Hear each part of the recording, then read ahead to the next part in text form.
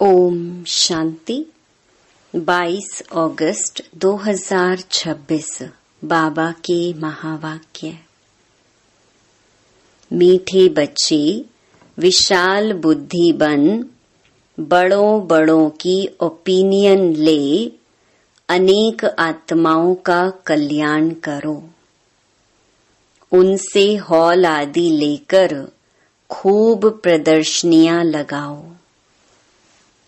प्रश्न: अभी तुम्हें कौन सी स्मृति आई है जिसका सिमरण करो तो कभी दुखी नहीं होंगे?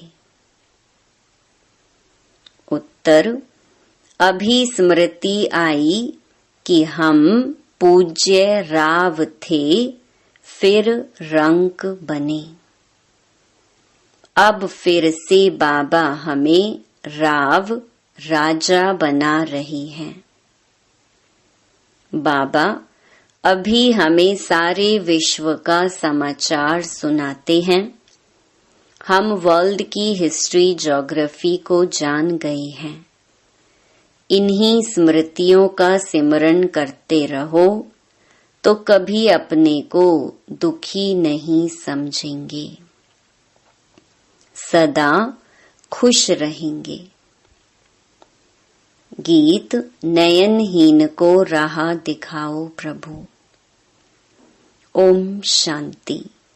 मीठे मीठे सिकिलधे रूहानी बच्चों ने गीत सुना। बच्चे समझते हैं कि बाप को मिलना व बाप से वर्षा लेना बहुत सहज है। गाया भी जाता है, बाप से 1 सेकंड में जीवन मुक्ति का वर्षा मिलता है। जीवन मुक्ति माना सुख, शांति, संपत्ति आदि का वर्षा। अब जीवन मुक्ति और जीवन बंध 2 अक्षर हैं। बच्चे जानते हैं इस समय भक्ति मार्ग और रावण राज्य के कारण सब जीवन बंध में है। बाप आकर बंधन से मुक्त करते हैं, वर्षा देते हैं। जैसे बच्चा जन्मा और माँ बाप मित्र संबंधी आदि समझ जाते हैं, वारिस पैदा हुआ। जैसे यह समझना सहज है, वैसे वह भी सहज है। बच्चे कहते हैं, बाबा कल्प पहले मिसल आप हमको आकर मिले हो। आप से ही सहज वर्षा पाने का रास्ता मिला है।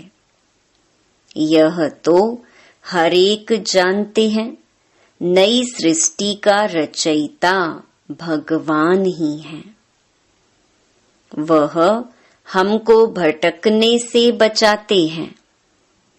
कल भक्ति करते थे, आज बाप से सहज ज्ञान और राजयोग का रास्ता मिला है। बच्चे अपना अनुभव सुनाते हैं कि हमने बीके द्वारा सुना कि 2 बाप हैं। यह सिवाय तुम्हारे और कोई मुख से कह न सके कि 2 बाप हैं। तुम्हारी हर एक बात वंडरफुल है। अभी स्मृति में आता है, जो यहाँ के होंगे उनको झट स्मृति में आ जाएगा। हाँ, स्मृति में आए हुए को भी माया कोई समय जोर से थप्पड़ लगाई विस्मृत कर देती है। इसमें बच्चों को बड़ा खबरदार रहना है। स्मृति तो बाप ने दिलाई है, पवित्रता का कंगन भी पूरा बांधना है। रक्षा बंधन का रहस्य क्या है, सो तो अभी तुम जानते हो। किसने यह प्रतिज्ञा कराई है? काम तो महाशत्रु है। बाप कहते हैं, मेरे साथ प्रतिज्ञा करो कि कभी भी पतित नहीं बनूंगा और मुझे याद करते रहो तो आधा कल्प के पाप जलकर खत्म हो जाएंगे। बाप गारंटी करते हैं, परंतु यह तो बच्चे समझते भी हैं। बाप गारंटी करते यह तो बात ठीक है ना। सोनार गारंटी भी क्या करेंगे कि हम पुराने जेवर को नया बनाएंगे। उनका तो यह काम ही है। आग में डालने से जरूर वह सच्चा सोना बन ही जाएगा। तो बाप समझाते हैं, आत्मा में भी खाद पड़ी है, कैसे सतो रजो तमो में आते हैं, यह बहुत सहज है। चित्र भी इसीलिए बनाए हैं कि इस पर सहज समझा सकें।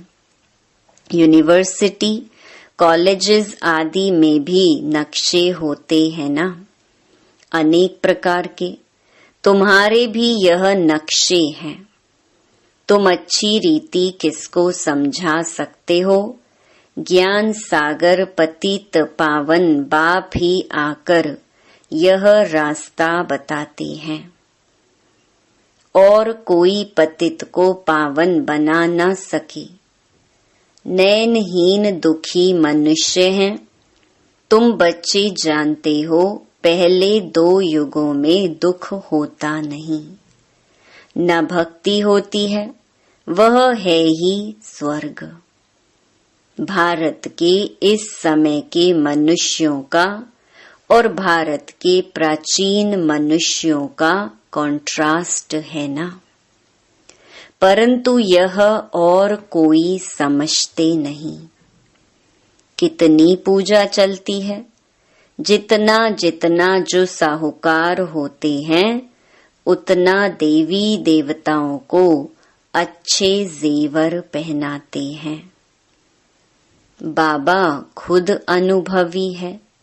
बॉम्बे में लक्ष्मी नारायण का जो मंदिर है, उनके ट्रस्टी ने लक्ष्मी नारायण के लिए हीरों का हार बनवाया था। बाबा को उस ट्रस्टी का नाम भी याद है। पहले शिव बाबा का मंदिर बनाया तो उनको बहुत सजाया, फिर देवताओं का बनाया तो लक्ष्मी नारायण आदि को भी कितने जेवर पहनाए। उस समय कितना धन होगा। मोहम्मद गजनवी कितने ऊंट भरकर ले गए। भारत में कितना अथाह धन था। अभी तुम यथार्थ रीति समझते हो। हमारा भारत क्या था? हमारे भारत में कुबेर का खजाना था। हीरे जवाहरों के मंदिर बनाते थे। अभी वह चीजें हैं नहीं, सब लूट कर ले गए। अभी तो क्या हाल हुआ है। तुम ही पूज्य राव थे, फिर तुम ही 84 जन्म ले पूरे रंग बने हो। ऐसी ऐसी बातें घड़ी घड़ी सिमरन करनी चाहिए, तो फिर कभी भी तुम अपने को दुखी नहीं समझेंगे। दिल में सिमरन करते रहेंगे, हम बाबा से क्या ले रहे हैं। बाप आकर हमको सारे विश्व का समाचार सुनाते हैं। यह वर्ल्ड की हिस्ट्री ज्योग्राफी कोई भी जानते नहीं। तुम जानते हो, पहले एक धर्म, एक राज्य, एक ही मत, एक भाषा थी। सभी सुखी थे। पीछे यह आपस में लड़ने झगड़ने लगे और भारत टुकड़ा टुकड़ा होने लगा। पहले ऐसे नहीं था। वहां कोई भी किस्म का दुख नहीं था। बीमारी का नाम निशान नहीं था। उसका नाम ही है स्वर्ग। तुमको अपनी स्मृति आई है, बरोबर कल्प कल्प हमको विस्मृति होती है, फिर स्मृति में आता है। पहली एकज भूल हुई है जो रचता और रचना को भूल गए। अभी तुम आदि मध्य अंत को जानते हो, सतयुग में भी यह नॉलेज नहीं होगी तो फिर परंपरा कैसे चल सकती। उस समय मुख्य तो राजे लोग ही होते हैं, ऋषि मुनि थोड़े ही होते हैं। वे द्वापर से आते हैं। ऋषि मुनि आदि को खान पान भी राजाओं से ही मिलता है। राजाएं संभाल करते हैं क्योंकि फिर भी सन्यास करते हैं ना। प्राचीन भारत का प्राचीन राजयोग गाया जाता है, प्राचीन ऋषि मुनि नहीं कहेंगे। वह तो द्वापर में ही आते हैं। वह राजाओं के आधार पर चलते हैं। कहते हैं हम रचता और रचना को नहीं जानते। बाप कहते हैं यह खुद राजाएं भी नहीं जानते। इस दुनिया में कोई भी इस नॉलेज को नहीं जानते। अभी तुम बच्चे समझदार बने हो। लक्ष्मी नारायण के मंदिर जो बनाते हैं उनको तुम लिख सकते हो। इतने लाखों रुपये खर्च कर मंदिर बनाया है, परंतु उनकी जीवन कहानी का आपको पता है। इन्होंने राज्य कैसे पाया, फिर कहाँ चले गए, अभी कहाँ हैं, हम आपको सब राज बता सकते हैं। ऐसा उन्हों को लिख सकते हो। तुम बच्चे तो हर एक की जीवन कहानी को जान चुके हो, तो क्यों नहीं लिखना चाहिए। हमको टाइम दो तो हम एक एक की जीवन कहानी बताएंगे। शिव के मंदिर जो बनाते हैं उनको भी तुम लिख सकते हो।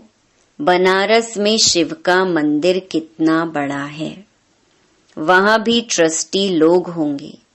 कोशिश करनी चाहिए, बड़ों बड़ों को समझाएं। बड़े आदमी समझ गए तो उनका आवाज बहुत होता है। गरीब लोग झट सुन लेते हैं। मदद बड़ों की लेनी है, ओपिनियन भी बड़ों बड़ों की लिखवानी है, क्योंकि उन्हों का आवाज भी मदद करता है। वास्तव में वह इतना आवाज करते नहीं हैं जितना होना चाहिए। तुम प्रेसिडेंट को भी समझाते हो, अच्छा अच्छा भी कहते हैं। चीफ मिनिस्टर, गवर्नर आदि ओपनिंग करते हैं, लिखते हैं यह बीके तो बहुत अच्छा सहज रास्ता ईश्वर से मिलने का बताते हैं। परंतु ईश्वर क्या चीज है यह कुछ भी नहीं समझते। सिर्फ उस समय कहते हैं रास्ता बड़ा अच्छा है, शांति मिलने का मार्ग अच्छा है, परंतु खुद नहीं समझते हैं। बाबा बड़ों बड़ों को समझाने के लिए भी कहते हैं। बड़े बड़े मनुष्यों से बड़े बड़े जो नामी ग्रामी हॉल हैं वह ले लो। बोलो हम सब मनुष्यों के कल्याण लिए यह प्रदर्शनी हमेशा के लिए रखना चाहते हैं। सिर्फ एडवर्टाइज करनी है। ऐसे 50 या 100 हॉल लेने चाहिए। भारत तो बहुत बड़ा है ना, एक एक शहर में 10-12 हॉल लो। अखबार में पढ़ जाए इतने हॉलों में प्रदर्शनी हो रही है। जिनको समझना है वह आकर समझे तो कितनों का कल्याण हो जाएगा। बच्चों को बड़ा विशाल बुद्धि बनना चाहिए।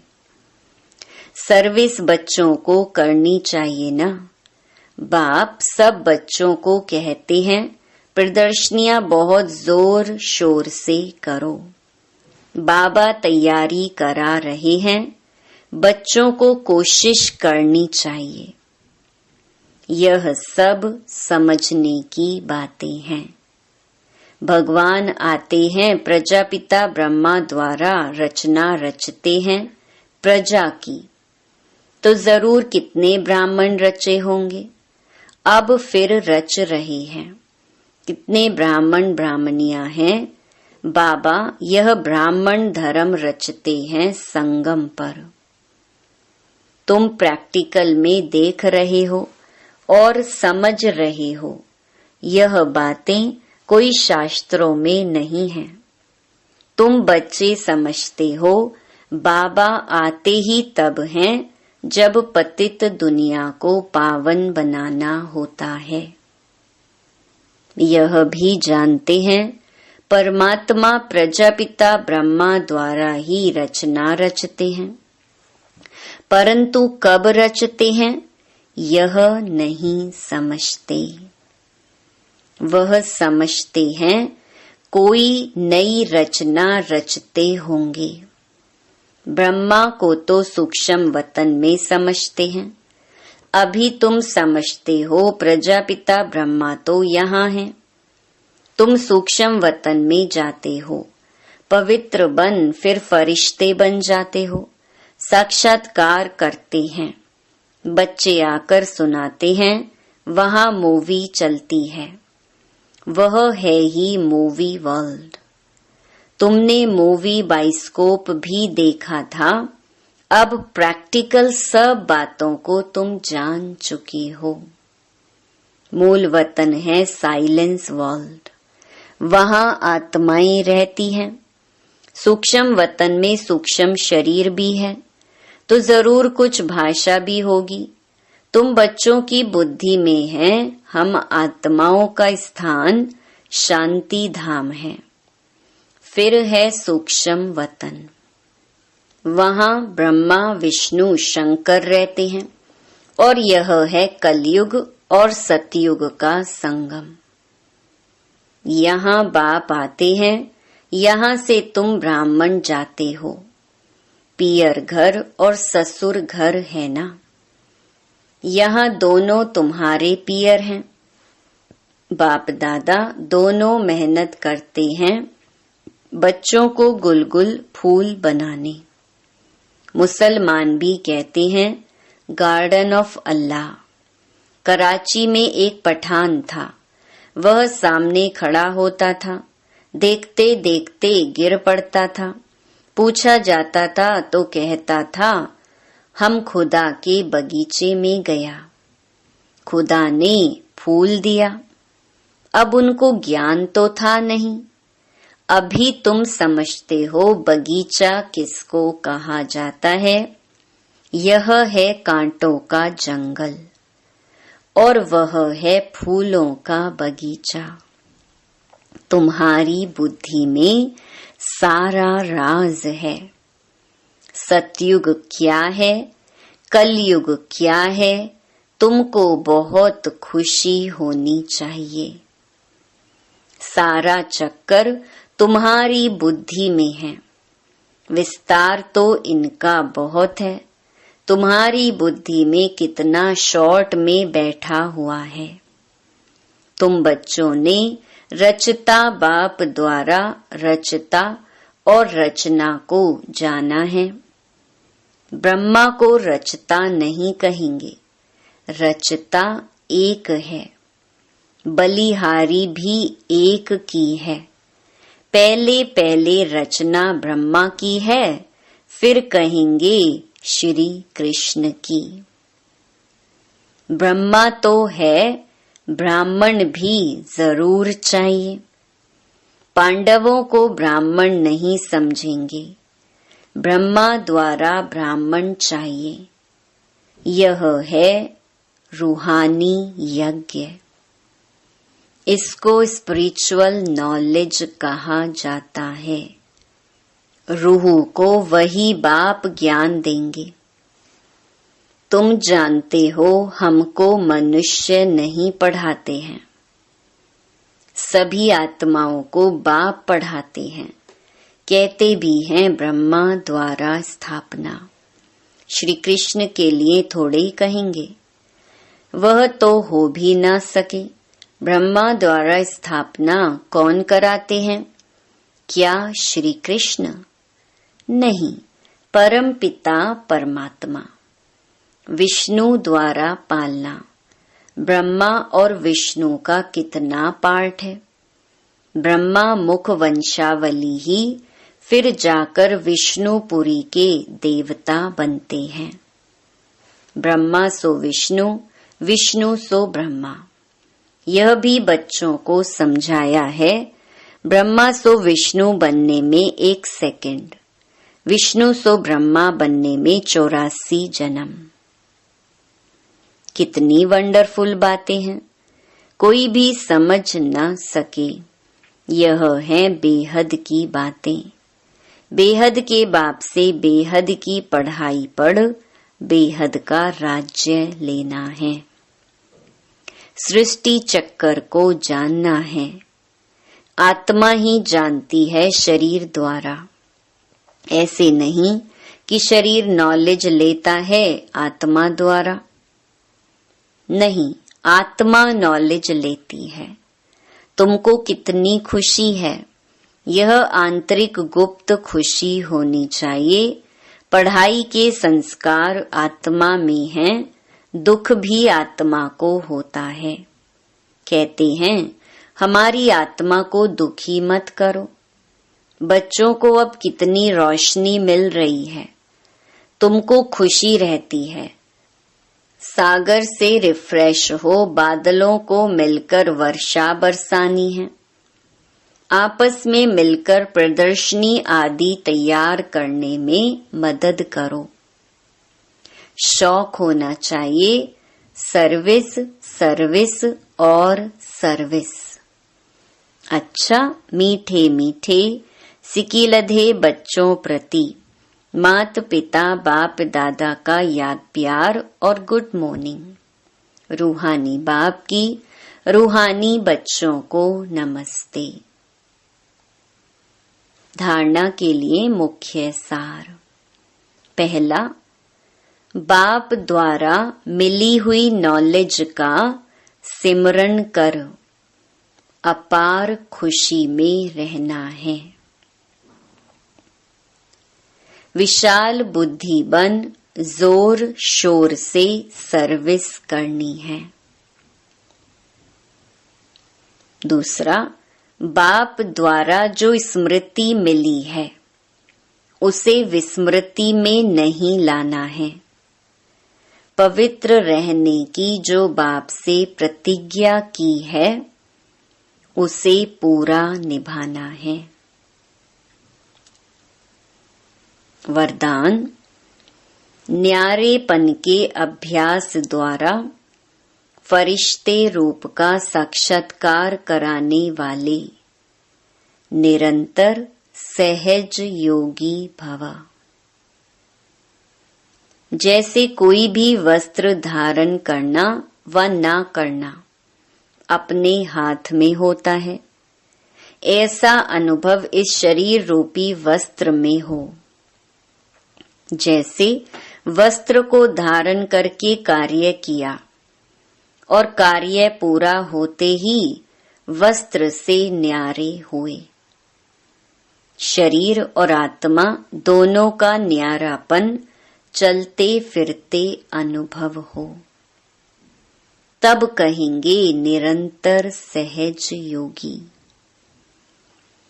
ऐसे डिटैच रहने वाले बच्चों द्वारा अनेक आत्माओं को फरिश्ते रूप और भविष्य राज्य पद के साक्षात्कार होंगे। अंत में इस सर्विस से ही प्रभाव निकलेगा। स्लोगन, संगम का 1 सेकंड भी व्यर्थ गंवाना अर्थात 1 वर्ष गंवाना। यह व्यक्त इशारे अपवित्रता के बीज को भी समाप्त कर संपूर्ण स्वच्छ पवित्र बनो। ब्राह्मण जीवन का जो आंतरिक वर्षा सदा सुख स्वरूप, शांत स्वरूप, मन की संतुष्टता है, उसका अनुभव करने के लिए मनसा की पवित्रता चाहिए। जमा करने की विधि है मनसा वाचा कर्मणा पवित्रता। फाउंडेशन पवित्रता है। सेवा में सफलता का आधार भी पवित्रता है। संकल्प व बोल में और कोई भी भाव मिक्स नहीं हो। भाव में भी पवित्रता, भावना में भी पवित्रता हो। अच्छा, ओम शांति।